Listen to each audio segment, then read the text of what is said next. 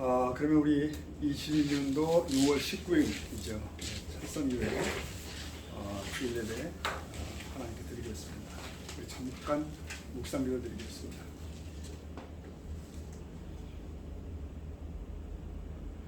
나의 힘이 되신 여호와여, 내가 주를 의지하나이다.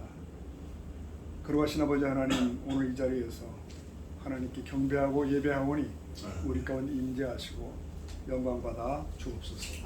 예수님의 이름으로 기원하옵나이다. 아멘. 네, 우리 사도신경으로 우리의 신앙을 고백하겠습니다.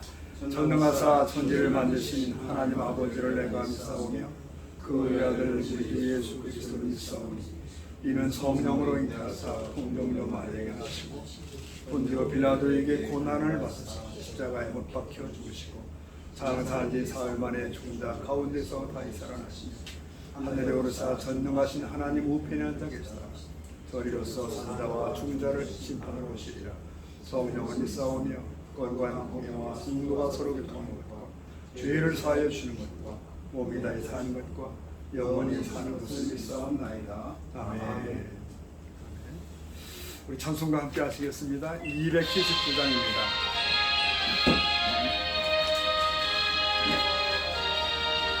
인내하신 구세주여, 인내하신 구세주여, 내가 이오니 죄인오라 하실 때에 날 부르소서. 주여 주여, 내가 비오니 죄인오라 하실 때에 날 부르소서. 자비하신 보좌 앞에 끌어엎드려 자복하고 회개하니 믿음 주소서. 주여 주여, 내가 비오니 죄인오라 하실 때에 날 부르소서. 주의 공로 의지하여 주께 가오니 상한 마음을 고치시고 구원하소서. 주여 주여, 내가 비오니 죄인오라 하실 때에 날 부르소서. 맘 뽑히는 예수여, 위로하소서. 우리 주와 같은 신이 어디 있을까. 주여 주여, 내가 비오니 죄인오라 하실 때에 날 부르소서.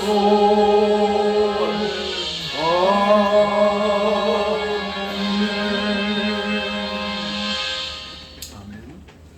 이 시간에 우리 코스타리카 사역하시는 윤익수 성교사님, 우리를 대신한 하나님께 기도 드리시겠습니다.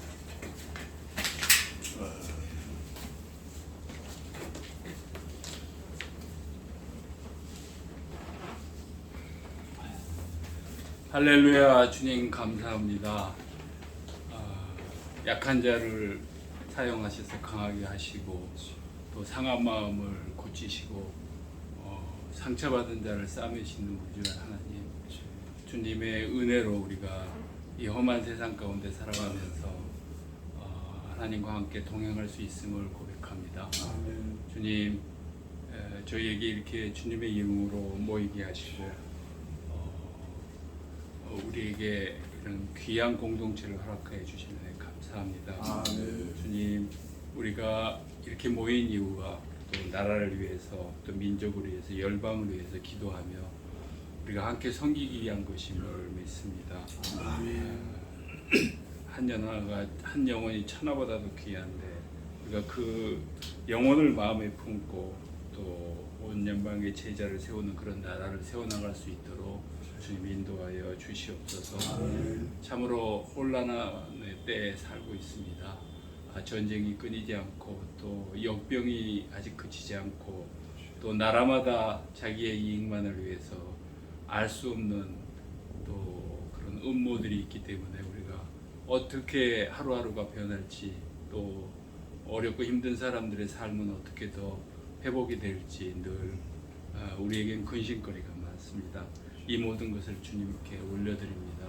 정말 모든 것이 협력하여 손을 잇도록 주님 도와주시고 또 우리가 모범된 자로서 주님의 제자로 세상의 본이 되고 세상에 선한 영향을 미칠 수 있도록 또 빛과 소금의 역할을 잘 감당하도록 축복하여 주시옵소서. 특별히 복음 통일을 위해서 어느 때보다도 우리가 간절히 기도해야 될 때임을 고백합니다. 주님, 이 북한에 있는 동포들을 주님 그 억압에서 헤어날 수 있도록 주님 인도하여 주시고 아멘. 하나님의 방법으로 그 일을 이루실 것을 믿습니다. 아멘. 또 이제 이 땅에 복음이 있게 하시고 또 많은 교회를 품게 하셨는데 이 어려운 때 어려움을 당하는 교회들이 많이 있습니다. 그 교회에도 정말 연약한 교회들에게 힘을 주시고 회복되도록 주님 함께 인도하시고 고난 중에도 일어섰던 초대교회처럼 이런 교회들을 통해서 성령의 불길이 다시 일어나도록 주님 도와주시옵기를 간절히 바랍니다.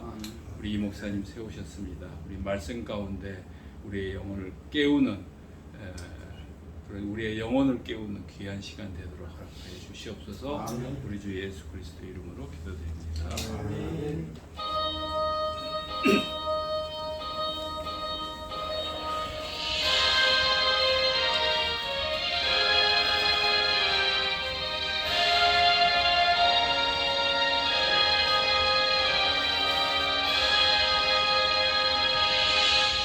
아멘. 감사합니다.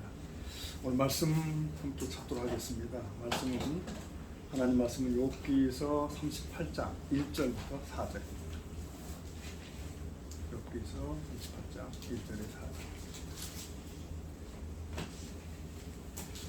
네, 이 말씀 함께 교독하시겠습니다. 38장 1절에서 4절. 그때에 여호와께서 폭풍 가운데에서 욥에게 말씀하여 이르시되 무지한 마음으로 생각을 어둡게 하는 자가 누구냐? 너는 대장부처럼 허리를 묶고 내가 내게 묻는 것을 대답할지니라. 내가 땅에 줄을 놓을 때 내가 어디 있었느냐? 내가 깨달아 알았거든 말할지니라. 아멘. 아멘. 아픔 없는 가슴이 있을까요? 네, 상처 없는 마음이 있을까요? 누구나 살면서 어려움을 직면합니다. 그런데 그런 곤경에 처하면 여러 가지 변화가 있는 것 같습니다. 우선은 자기 자신을 바라보는 눈이 많이 바뀌게 되는 것 같아요. 훨씬 정직해지는 거죠. 또 하나는 사람 관계가 많이 바뀌게 되는 것 같습니다. 그러니까 왜냐하면 일단 가까이 하던 사람들이 멀어집니다. 그리고 찾아오던 사람이 발을 끊습니다. 연락도 안 될 수도 있죠. 그때 어떤 지인이 이런 조언을 하더라고요. 낙심하지 마라. 사람들이 안 온다고 탄식할 필요 없다. 사람들은 자기가 필요하면 다 찾아온다. 네, 많이 공감이 되는 것 같기도 하고요. 사람은 보통 자기에게 유익되면 찾아오고 필요하면 관계를 맺으려 한다. 네, 그런 말. 인류 초기에 그런 일이 있었습니다. 그러니까 하나님과 사단의 대화를 들어보면 그런 내용이 나와요. 하나님 말씀하셨죠. 내 종 욥은 온전하다, 정직하다. 하나님을 경외하는 순전한 사람이다. 이렇게 말씀하십니다. 근데 여기에 대해서 사단이 이의를 제기합니다. 그게 욥기 1장 9절이죠. 거기 보면은 사단이 이렇게 여호와께 대답합니다. 욥이 어찌 까닭 없이 하나님을 경외하리까? 그러니까 어찌 이유 없이 하나님을 섬기냐는 거예요. 이 사단은 하늘 아래 살고 있는 인생들을 대충 파악하고 있는 겁니다. 이 쉬운 번역을 찾아보니까 1장 9절에 이렇게 되어 있습니다. 욥이 아무런 이유 없이 하나님을 사랑하는 줄 아십니까? 10절 주께서 욥과 그 가정과 재산을 늘 지켜주지 않으셨습니까? 주께서 그가 하는 일마다 복을 주셔서 부유해진 것입니다. 그래서 등등등 이렇게 이어집니다. 이게 무슨 말이죠? 하나님 당신이 욥에게 잘해주니까 욥이 당신을 섬기는 겁니다. 복을 부어주시니까 섬기는 거죠. 다시 말하면 다 까닭이 있다는 거예요. 오늘 제목도 까닭인데 까닭이 있다는 거예요. 그러면 정말 욥은 그토록 많은 복을 받았나? 그건 우리가 잘 알죠. BC 2000년으로 추정되죠. 동방의 사람 욥은 7남 3녀를 둡니다. 가장 이상적인 숫자인 것도 같고요. 근데 그 녀석들이 다 말을 그렇게 잘 들어요. 그러니까 자식 복이 터지는 거죠. 욥이 복은 그뿐이 아닙니다. 성경 기자는 그의 자산 목록들을 일일이 다 보도하죠. 양 몇 마리, 낙타 몇 마리, 소 몇 마리, 암나귀 몇 마리. 이게 왜 그러냐면 당시 부자는 돈이나 엄으로 계산되는 게 아니고 가축 숫자로 산정이 됩니다. 그래서 그 가축의 엄청난 숫자를 다 기록을 해요. 게다가 종들도 많이 있었다라고 되어 있고요. 그리고 끄트머리에는 이 사람은 동방 사람 중에 가장 훌륭한 자라 사람들이 부러움을 사는 그런 설명까지 붙어요. 그러니까 명예도 있는 거죠. 우스갯말로 얼굴만 이쁜 게 아니라 공부까지 잘하는 거예요. 모든 걸 너무 갖춘 거예요. 밑당이죠, 자칫하면. 사단의 결론이 어떻죠? 그러니까 저렇게 하나님이 부어주셨기 때문에 그 하나님을 잘 섬기는 건 당연하다는 거예요. 사단이 그런 근거에는 그냥 단정한 근거가 있어요.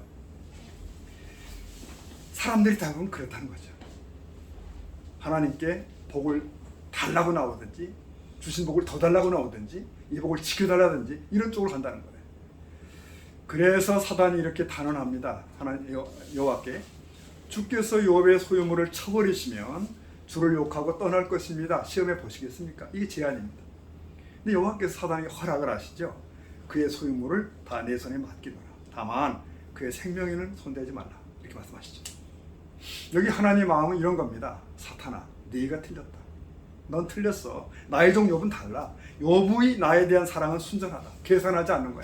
라고 말씀하고 계신 거예요. 자, 그러고 나서 무대가 이제 천상에서 지상으로 바뀌죠. 사단이 조작한 환란의 바람이 욥의 집을 뒤덮어버리고요. 가축들은 탈취되었고 자식들은 죽음에 처합니다. 그러니까 사람이 상상할 수 없는 참혹한 고난이 그에게 닥쳐오죠. 연타로. 근데 여기서 한 가지 중요한 것이 있는데 이 욥은 의로와서 고난을 받게 된 것이라는 거예요. 의로와서. 어떤 이들은 죄 때문에 고난을 받아요. 네. 그러나 어떤 고난들은 죄가 아니라 의로와서 받는 것입니다. 하나님 편에 서 있기 때문에 받아요.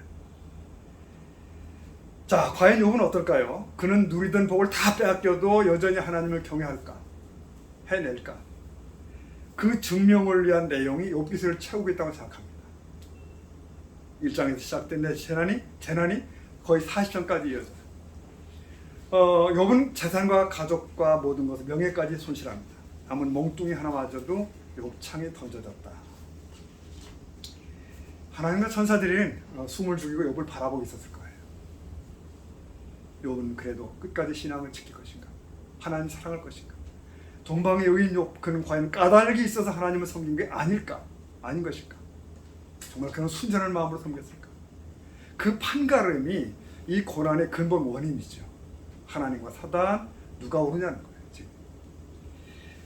물론 욥의 고난 스토리는 후대에 오고 오는 세대의 교훈이 되고 위로가 되고 격려가 됩니다. 그러나 욥기가 시작된 본래의 이유, 근본의 이유는 그거죠.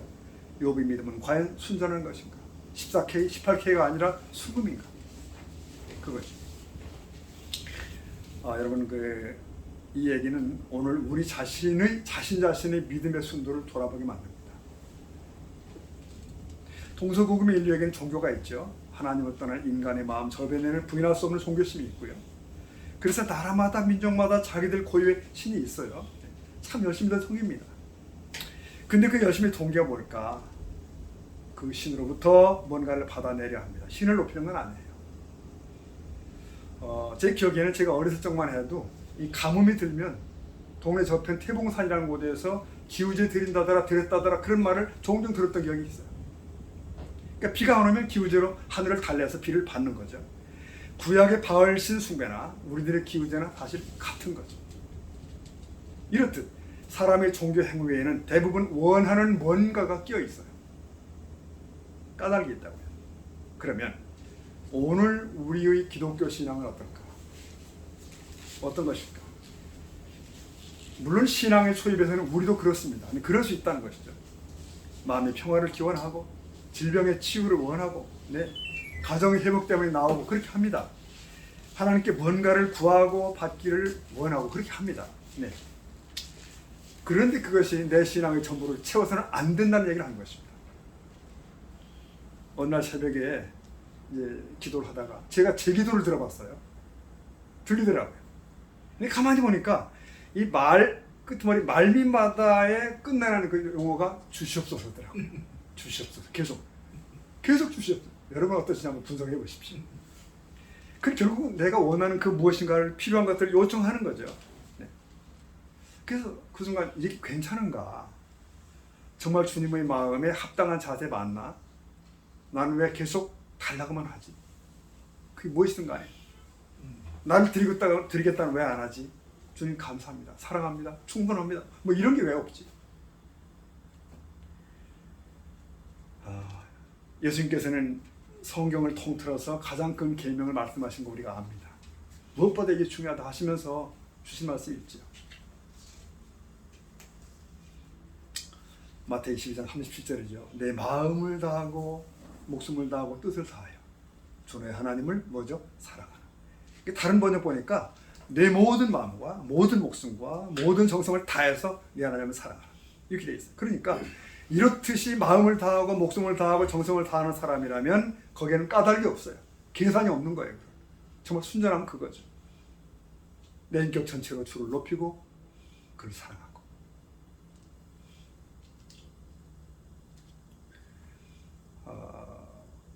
성도 여러분, 우리는 다 누구든 어린아이 신앙으로 시작을 했습니다. 애들이 엄마에게 하듯 그렇게 요구하면서 커왔죠. 하지만 내가 세월이 가고 신앙의 연조가 있고 직분을 맡고 목사가 되고 그렇게 되면 그 신앙이 깊어지고 넓어지고 또 순전한 사랑으로 나가는 것이 맞습니다. 그래야 됩니다. 기복신앙이라는 말을 우리가 많이 하잖아요. 기복신앙. 사실 기복은 문제가 없죠. 기복은 모든 복이 하늘에서 오니까 사람은 하나님의 복 없이는 살 수가 없고요. 우리는 하나님이 주시는 영육간의 복을 구하고 또 누려야 합니다. 분명히 누려야 합니다. 그런데 내가 하나님을 찾는 목적이 복인가? 그러면 기복주의 신앙이 되어버리는 거죠. 내가 필요할 때만 그 앞에 나온다. 이건 이기적 신앙이 되는 거고요. 미신이나 세상 종교들의 공통점은 철저히 이기적 신앙이라는 거 우리가 잘 알고 있죠. 애들 대학 입시철 되면 신문에 사진이 종종 나오는 거 아닙니까? 절에 가서 참배를 하는 수많은 사람들이 그 모습, 허리가 휘도록 절을 합니다. 하나 시험 날짜가 지나면 바로 다음 날이면 그 사찰마당은 정적이 감돕니다. 아무도 없습니다. 더 이상 신이 필요가 없는 거죠. 이게 100% 기복주의의 모습이에요. 그런 종교라면 사람의 욕심을 채워주기 위해 존재할 뿐이다. 그걸 볼 때마다 저는 이제 제 생각을 합니다. 나는 괜찮은가? 여러분, 우리는 살아계신 하나님과 그가 보내신 구세주 예수를 믿는 사람들입니다. 그러니까 일반 종교와 기독교는 분명히 다른 것이거든요. 우리가 아는 바 모든 종교들이 땅에서 있는 사람들의 필요 때문에 발생되는데 신을 찾아가는 상향식 신앙이라는 거. 하나 기독교 신앙은 하나님께서 사람을 찾아 내려오셨죠. 출발이 다르죠. 그러니까 차원이 달라요. 여러분, 그럼에도 자칫하면 우리 신앙이 기복주의로 끝날 수도 있습니다. 참 그렇습니다. 광야에서 이스라엘이 금송아지 우상을 만들었지 않습니까? 근데 그들은 이것이 우리를 애굽에서 인도해낸 그 신이라고 그랬어요. 그러니까 하나님을 섬기기 위해서 금송아지에 경배했다는 얘기죠. 우리가 정신을 차려야 됩니다. 네. 사도 바울의 말씀처럼 내가 믿음에 서 있는지를 돌아볼 필요가 있어요. 나의 신앙을 돌아봐야 되겠다. 내가 하나님을 섬기는 데는 어떤 이유가 있는 게 아닐까? 내게 어떤 계산이 있으니까 믿는다면 그것은 아무리 아름답게 포장을 해도 온전한 신앙은 아니겠습니다. 위험하고 유치한 믿음이죠. 근데 이 문제를 다시금 한번 짚어보게 하는 것이 바로 욥기서입니다. 우리는 주께 나의 일용할 양식을 구할 수 있습니다. 응답을 요구할 수 있습니다. 그런데 거기가 내가 서 있을 자리는 아니라는 것. 여러분, 해 아래 사는 인간은 누구에게도 고난이 면제되지 않죠. 문제들은 가정마다 있고 삶의 현장마다 있습니다. 우리 교도도 그렇게 많지도 않은데 보면 가정마다 계속 문제는 있어요. 그러다 보면 주일이면 저마다의 바람을 가지고 주께 나오죠. 어떤 해답이 있을까? 어떤 위로가 있을까? 무슨 뭐가 단초가 있을까? 이해가 됩니다. 특히 여러분 기도원 가보시죠. 그러면 가장 많이 듣는 단어가 문제란 단어 많이 나오고요. 그리고 이어서 해결이라는 말 많이 나옵니다. 설교의 주제도 거의 대동소이합니다. 문제 해결이고 고난을 이기는 비결이고 역경을 이기는 길이에요. 주로 그런 것들이. 근데 대개 흐름이 그렇게 나오지 않습니까? 당신이 지금은 꼬이고 넘어져 있지만 그러나 결국에 승리한다. 병에서 낫는다. 그러면서 믿음으로 견디고 계속 기도하면 반드시 회복된다. 반드시 남보라듯이 복을 줄 거야. 그리고 복권이라도 하나님 허락하신다. 이렇게 나온단 말이에요. 여러분 그런 말씀이 큰 위로와 힘이 되는 건 사실입니다. 하나 정말 그렇게 되는가? 세상 사람들도 그런 말 하죠. 고생 끝에 낙이야, 고진 감래야 그렇게 합니다. 우리 신앙이 그런 속담 차원에 머물러도 되겠는가 하는 것입니다. 하나님께 잘 보이고 참으면 떵떵거리게 돼. 그게 맞느냐는 것이죠. 우리는 좀 더 정직하게 주변을 둘러볼 필요가 있습니다. 믿음 잘 지키면 끝내는 다 복을 받더라? 기도 열심히 하면 복권이 당첨되고 결국엔 부자가 되더라? 그런 것도 같고 아닌 것도 같죠, 여러분? 근데 저는 그렇게 생각합니다. 그게 공식이라면, 정말 그 공식이 맞는다면, 최소한 확률적이라고 한다면 세상에서 머리 좋은 놈들은 다 교회 왔을 거예요. 그들은 돈의 정식을 계산하고 분석하잖아요. 근데 가만히 보니까 주위의 갑부들을 분석해 보니까 다 교인들이더라. 이러면 교회가 터지는 거예요. 몇 터지는 거죠. 근데 현실은 아니지 않습니까? 물론 때로 어떤 신자들은 그런 응답도 받죠. 출세도 하고 재물 축복도 받아요. 그러나 성경이 그런 보상을 하나님의 자녀들에게 공식화했는가? 전혀 그렇지 않습니다. 예수 잘 믿어도 성공하는 건 아닙니다. 네. 교회 잘 다녀도 망하기도 하죠. 병에 걸리죠. 자식들이 문제를 일으키죠. 사업이 더 꼬일 수도 있다고 생각합니다.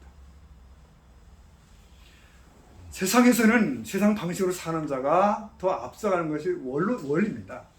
오히려 신앙 없는 자가 더 영악하죠. 사실 재벌들은 코리아의 재벌들은 대부분 비신자들 아닙니까? 이게 하늘 아래의 실상이죠. 현실이죠. 네. 그래서 어떤 신앙인들이 낙심합니다. 그들의 시선이 신자라 할지라도 현실에 맴돈을 한 실족은 있습니다. 시편 73편 말씀 잘 아실 겁니다. 거기 보면 2절에 이런 말씀이 있어요.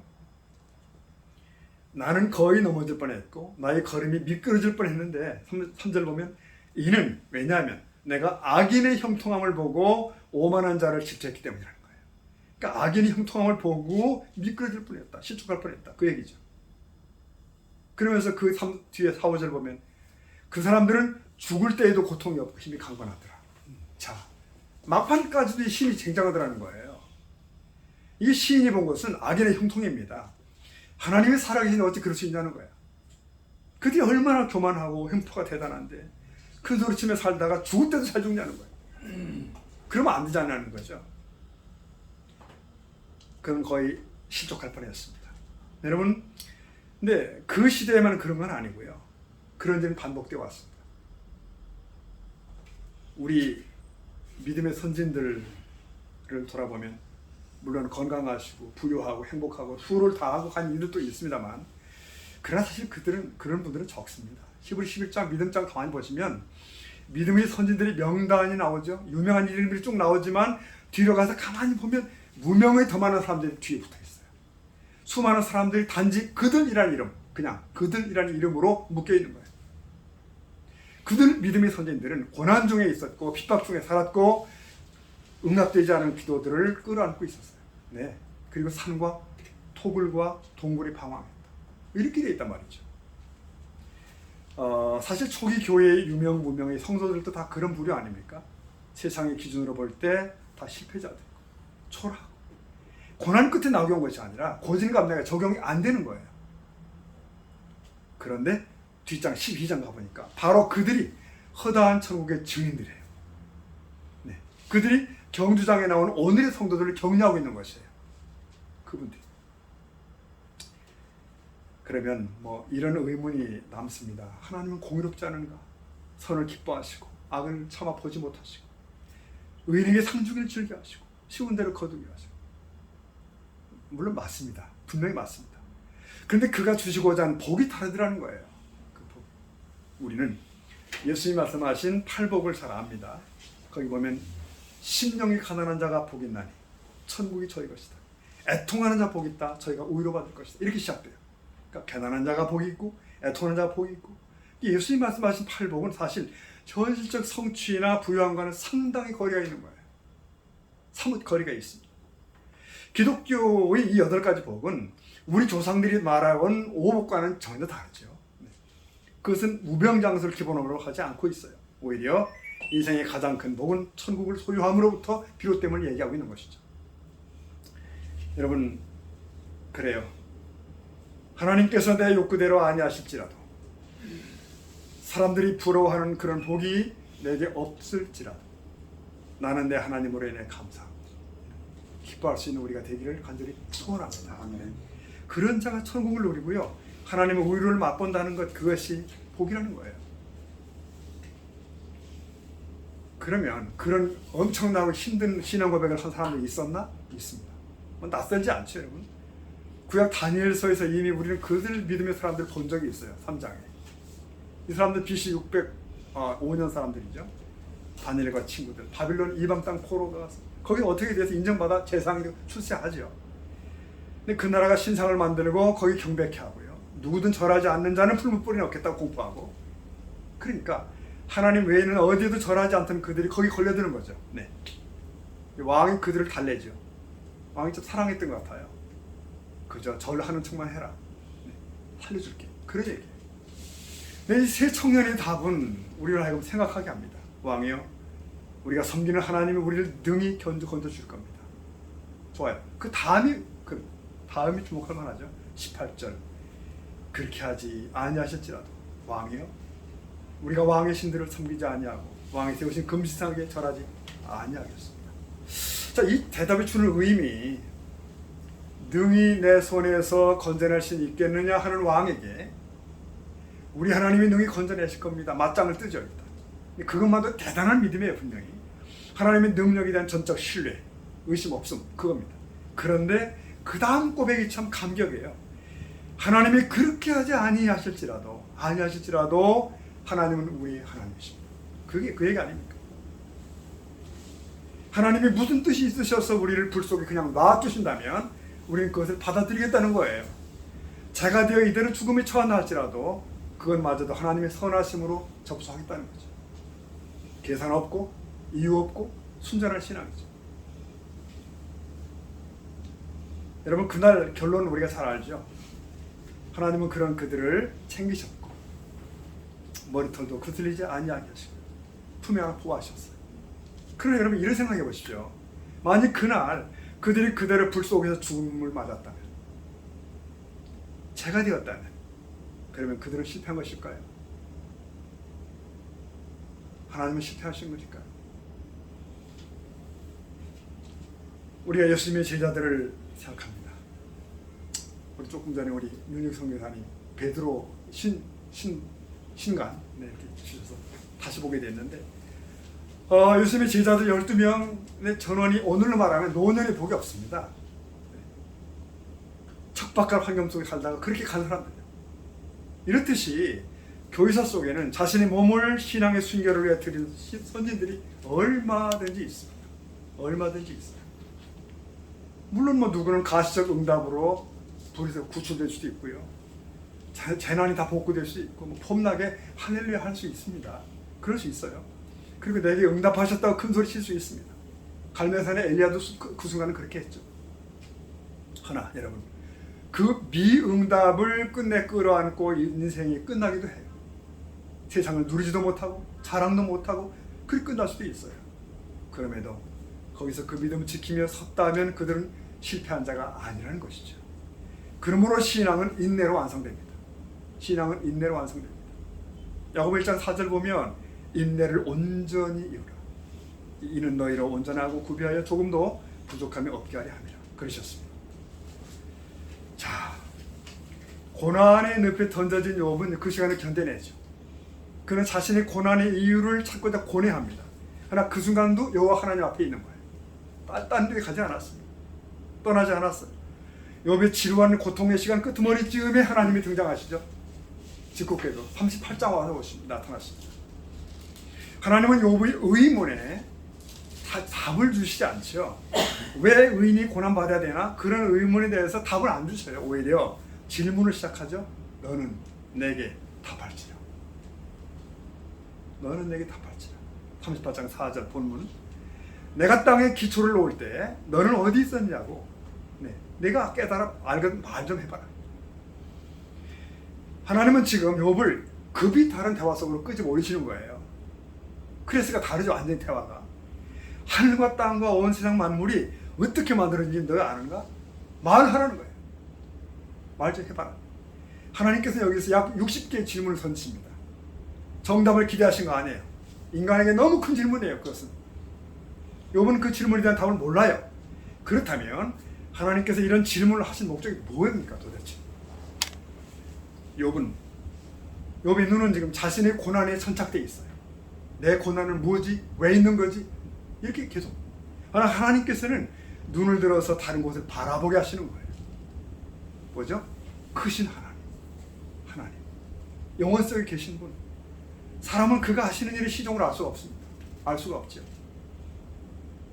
이 하나님의 질문이 쏟아지면서 42장으로 갑니다. 이어지는 거죠. 그리고 드디어 욥이 통곡하는 거예요. 통곡. 주께서는 전능자십니다. 저는 무지한 자입니다. 구원을 듣던 주님을 눈으로 봅니다. 이러면 통곡해요. 마치 애벌레가 그 껍질을 벗고 창공을 날아오르는 순간 같은 그런 거예요. 여기 42장 5절 보시면 이렇게 고백하죠. 내가 주께 대하여 귀로 듣기만 했사오나 이제는 눈으로 주를 배웁나이다. 그래서 회개한다는 거예요. 자, 이제는 눈으로 본대요. 개안의 혁명이죠. 뭐 무슨 죄를 지어 회개하는 겁니까? 아니죠. 하나님으로 더 앉지 못했던 그 아픔, 하나님을 더 사랑치 못했던 그 아쉬움, 그게 이렇게 큰 줄 몰랐어요. 그러므로 욥기 초반의 욥과 여기 끄트머리쯤 나타난 욥은 사뭇 다르죠. 같지만 다른 사람입니다.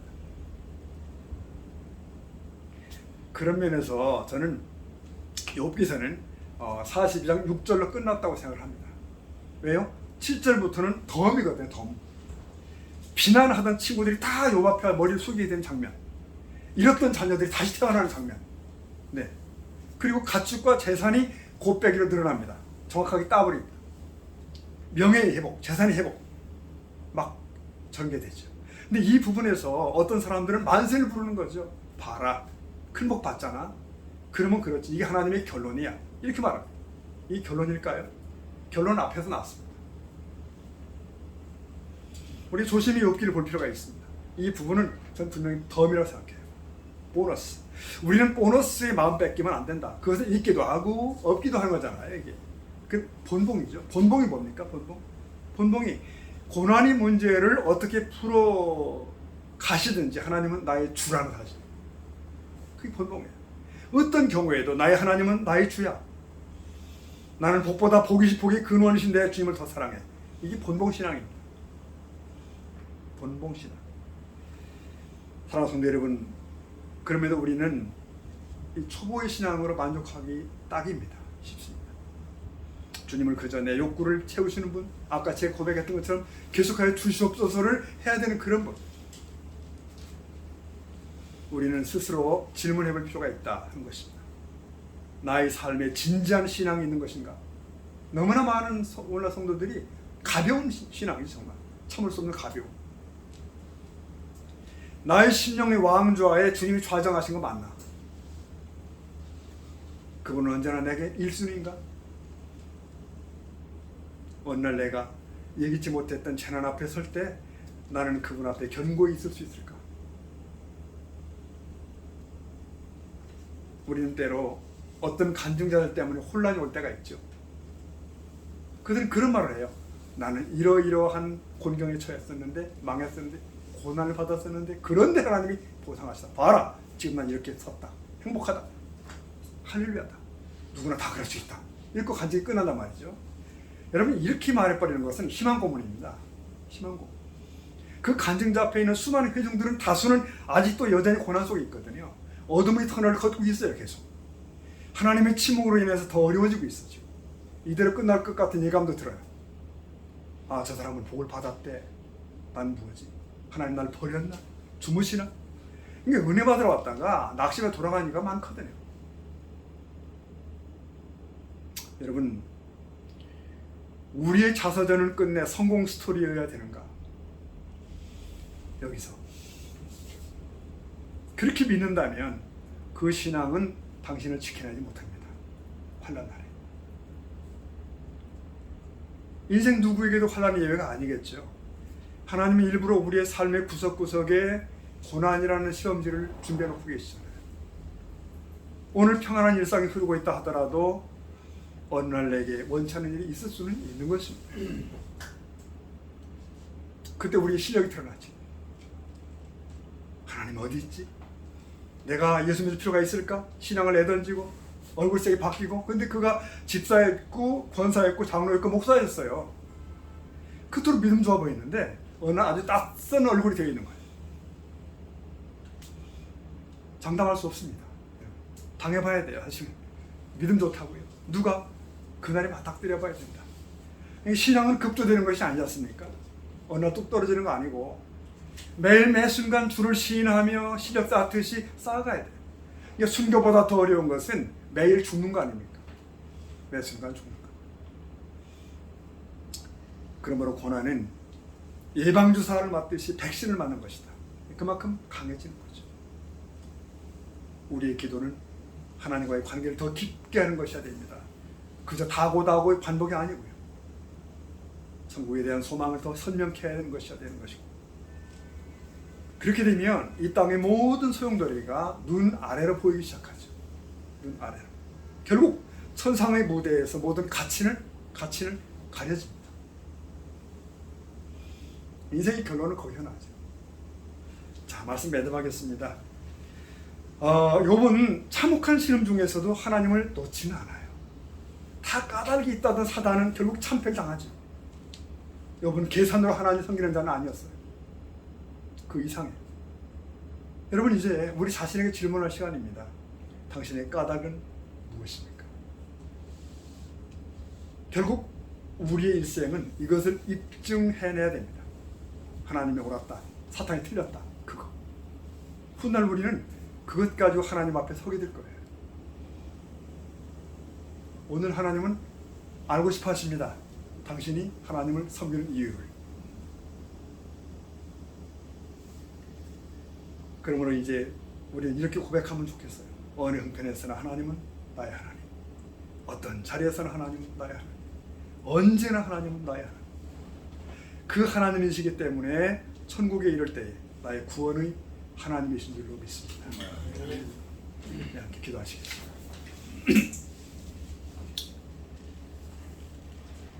하나님이 그러셨듯이 나도 하나님을 그렇게 사랑하게 하옵소서. 복 주심에 감사하지만 하나님이 내 아버지이심에 더 감사하게 하옵소서. 이 자리에 주님 임재하여 주신 줄로 믿습니다. 예수님의 이름으로 기도 올리옵나이다. 아멘.